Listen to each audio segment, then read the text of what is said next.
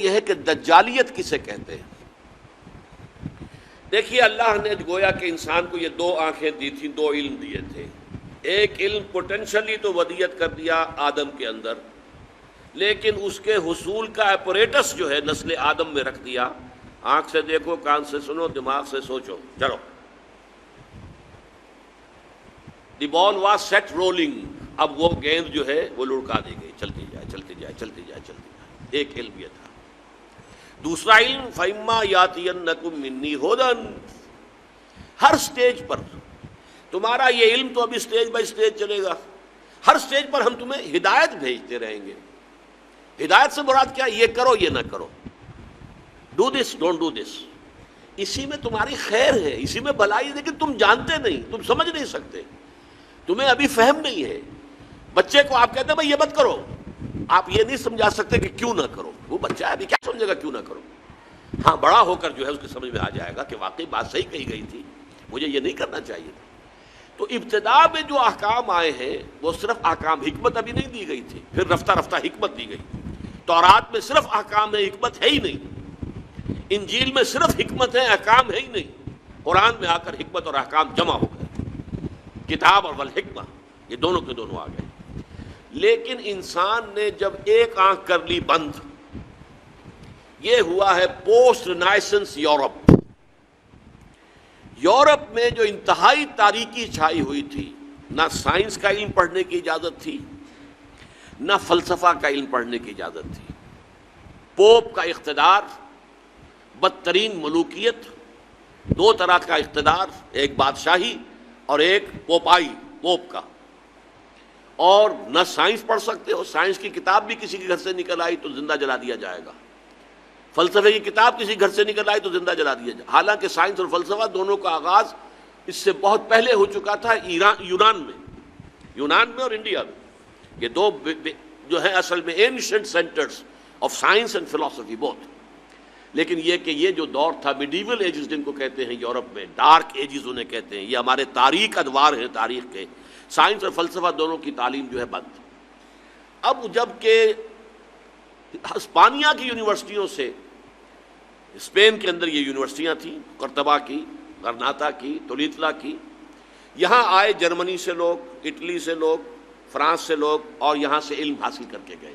ان کی آنکھیں کھولی، آنکھیں کھول کر جا کر انہوں نے اپنے ملکوں کے اندر تحریکیں شروع کی، احیاء العلوم، رینائسنس، ریفارمیشن، مذہب کے اندر اصلاح۔ اس کے نتیجے میں یہ علم شروع ہوا وہاں اب دوبارہ، لیکن مذہب کے خلاف شدید نفرت پیدا ہو چکی تھی پوپ کے طرز عمل کی وجہ سے۔ انہوں نے ہمیں روکے رکھا، سائنس پڑھنے سے روکے رکھا، انہوں نے ہمیں فلسفہ نہیں پڑھنے دیا۔ اس کی وجہ سے جو رد عمل تھا دشمنی کا، تو مذہب سے بالکل انہوں نے آنکھ بند کر لی، مذہب کو دفع کرو، صرف سائنس پڑھو۔ اب نتیجہ کیا نکلا؟ ایک آنکھ بند اور ایک آنکھ چوپٹ کھل گئی۔ یہی تو زمانہ ہے کہ جس میں سائنس کی ساری ہی ایکسپلوژن ہوا ہے، زوردار دھماکے ہوئے، کہاں سے کہاں انسان پہنچ گیا۔ اس میں نتیجہ کیا نکلا ہے کہ وہ ایک آنکھ کی جو ہے یافت، وہ تو آسمان سے باتیں کر رہی ہے اور ایک آنکھ بند ہے۔ یہ دجالیت ہے، اس لیے کانا دجال کہلاتا ہے۔ دو آنکھیں اللہ نے دی تھیں، ایک آنکھ یہ ایکوائرڈ نالج والی، ایک آنکھ ریویلڈ نالج والی۔ ریویلڈ نالج سے آنکھ بند اور ایکوائرڈ نالج والی آنکھ چوپٹ کھل گئی۔ آج ہمیں خواص اشیاء کا علم حاصل ہو چکا ہے، پراپرٹیز آف میٹر، وی نو دم۔ آج ہمیں کاسموس کا علم بہت زیادہ حاصل ہو چکا ہے، اور یہ علم اس حد کو پہنچ گیا ہے کہ چاند کو ہم اپنے پاؤں تلے روند کے آ گئے۔ اس سے آگے نہ معلوم خلا میں کہاں کہاں جو ہے جا رہے ہیں۔ آج کل آپ کو پروب کرنے والی چیزیں جو ہیں وہ مریخ سے بھی آگے کہاں کہاں پہنچ چکے ہیں۔ تو یہ انسان کا جو علم ہے، یہی علم ابھی کچھ اور آگے بڑھے گا تو تمام جو مسٹریز آف نیچر ہیں ان سب کو معلوم کر لے گا۔ موت و حیات، مردہ کو زندہ کرے گا دجال، یہ صلاحیت اس پہ آ جائے گی۔ زمین بنجر پڑی ہوگی، کہے گا کہ اس میں فصل ہونی چاہیے، ہو جائے گی۔ بارش نہیں ہو رہی، حکم دے گا اور بارش ہوگی۔ فاصلے ختم ہو جائے گا، اور ہو چکے ہیں virtually. This world has become a global village. یہ دجالیت ٹیکنالوجی کی وجہ سے اور فزیکل سائنسز کی ترقی کی وجہ سے یہ دجالیت جو ہے اب اس مقام تک پہنچنے میں تھوڑی سی کسر رہ گئی ہے.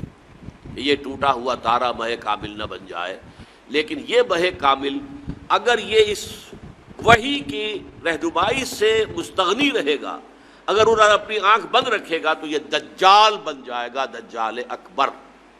اور یہی در حقیقت اس دور کی سب سے بڑی ٹریجڈی ہے، اس دور کا سب سے بڑا المیہ ہے. ہمارا کام کیا ہے؟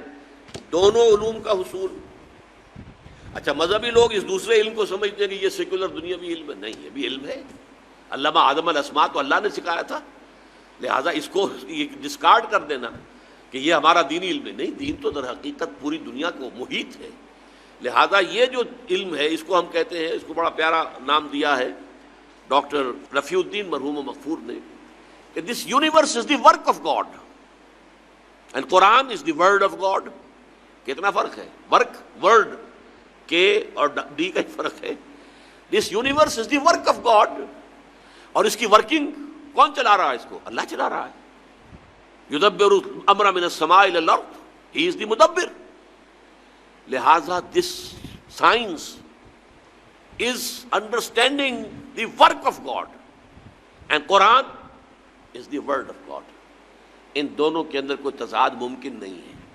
کسی انسان کے بھی قول و فعل میں تضاد ہو تو آپ کہتے ہیں بڑا گھٹیا آدمی ہے، کہتا کچھ اور ہے کرتا کچھ اور. کیسے ممکن ہے کہ اللہ کے قول اور اللہ کے فعل میں کوئی تضاد ہو؟ یہ ہمارے عقل کا فہم تھا کہ ہم نہیں سمجھتے تھے. ہمارا ابھی اللہ کے ورک کا علم اتنا کم تھا، ہم سمجھتے تھے آسمان شاید بس 2-4 میل کے فاصلے پر کوئی چھت ہے، جیسے چھت ہوا کرتی ہے. یہی تصور ہوگا انسان کا. آج سے 1000 سال پہلے اور کیا سمجھا ہوگا اس نے کہ ہاں یہ کہاں ہے؟ اس حوالے سے نوٹ کیجئے. تو یہ ہمارے فہم کی کمی تھی. ابھی ورک آف گاڈ کا علم بہت کم تھا، آج ورک آف گاڈ کا علم بہت ہو گیا ہے. اور تسخیر کائنات جس کو اللہ تعالیٰ پوٹینشلی اول دن سے ہمارے لیے مسخر کر چکا. سخر لکم ما فی السماوات و ما فی الارض جمیعا منہ، تمہارے لیے مسخر کر دیا ہے اللہ نے جو کچھ آسمانوں میں جو کچھ زمین میں، کل کا کل پوٹینشلی تو مسخر کیا ہوا ہے. یہ تو وہ جو پوٹینشل علم دیا گیا تھا، علم الاسماء، جیسے اس کی ایکسفولیشن کے اندر وقت لگا ہے، اسی طرح اس تسخیر کائنات کی جو ہے اس کی تکمیل میں وقت لگ رہا ہے. لیکن یہ کہ یہ جب اپنے اس عروج کو پہنچے گی، اور چونکہ اس نے وحی سے اپنا رخ موڑ لیا، وحی کی سورس سے اپنے آپ کو محروم کر لیا، تو اسی کا نام دجالیت ہو.